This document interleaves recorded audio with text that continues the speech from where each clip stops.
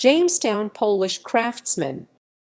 The Polish craftsmen in the Jamestown Colony first arrived in 1608 with Captain John Smith to serve in essential industries in the New World. They are generally considered the first Polish and Slovak Americans. History. The first Polish immigrants came to the Jamestown Colony in 1608, 12 years before the Pilgrims arrived in Massachusetts. These early settlers were brought as skilled artisans by the English soldier-adventurer Captain John Smith. English writer Richard Hakluyt wrote in 1586 that colonization would require men skillful in burning of soap ashes, and in making of pitch and tar, and rosin, to be fetched out of Prussia and Poland, which are thence to be had for small wages, being there in manner of slaves. John Smith travelled from England to Poland in 1603 to find artisans for his voyage to America. There were 6 Polish men that travelled with him in 1603.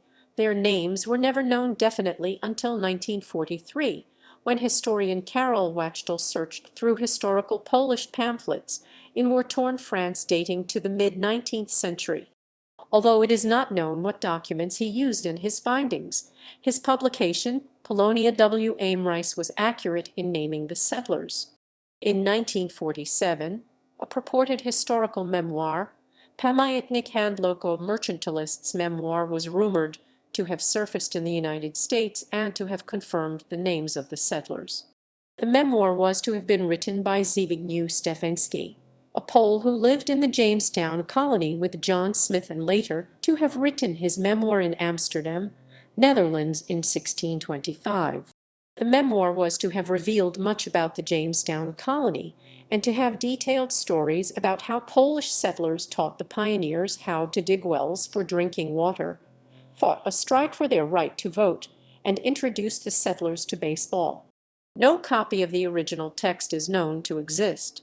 Nonetheless, famed settlers known today include Mikkel Lowicki, Zbigniew Stefański, Jan Mata, and Stanislaw Sadowski. Stefański's purported memoir changed the perception of Jamestown history. It is known from primary English sources that the Poles were hired as skilled artisans, but in Stefański's memoir, the 6 men were to have been merchants or at least trading officials in Poland. No mention of the religious background of the Polish settlers was made, and historian James Pula suggests that the Poles were likely Protestant because contemporary English sources such as Richard Hakluyt's in 1584 explicitly said no Catholic artisans should be used because of the spech. Also noted in Smith's own journals. An excavation done in 1948-1949 found 4 Hessian crucibles and large quantities of common green glass. The glass remains of window panes, bottles, and drinking jugs were found. The glass house and the glass manufacturing industry was started and operated exclusively by the Polish workers. Strike.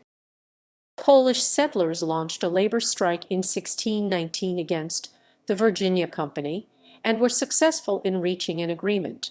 The skills of these Polish colonists were vital to the new settlement, as the House of Burgesses ultimately recognized when it met in 1619. During its deliberations, the House excluded the Polish community from voting rights. In reaction, the Poles launched the first recorded strike in the New World. For pitch and tar, we advise and require that the Polakers be returned in part to these their works, with such other assistance as shall be necessary. The like we shall desire for pot ashes and soap ashes, when there shall be fit store of hand to assist them, requiring in the meantime the care be generally taken that servants and apprentices be so trained up in the impact and historical significance in need of their industries. The House of Burgesses extended the rights of Englishmen to the Poles, which included some East Prussians.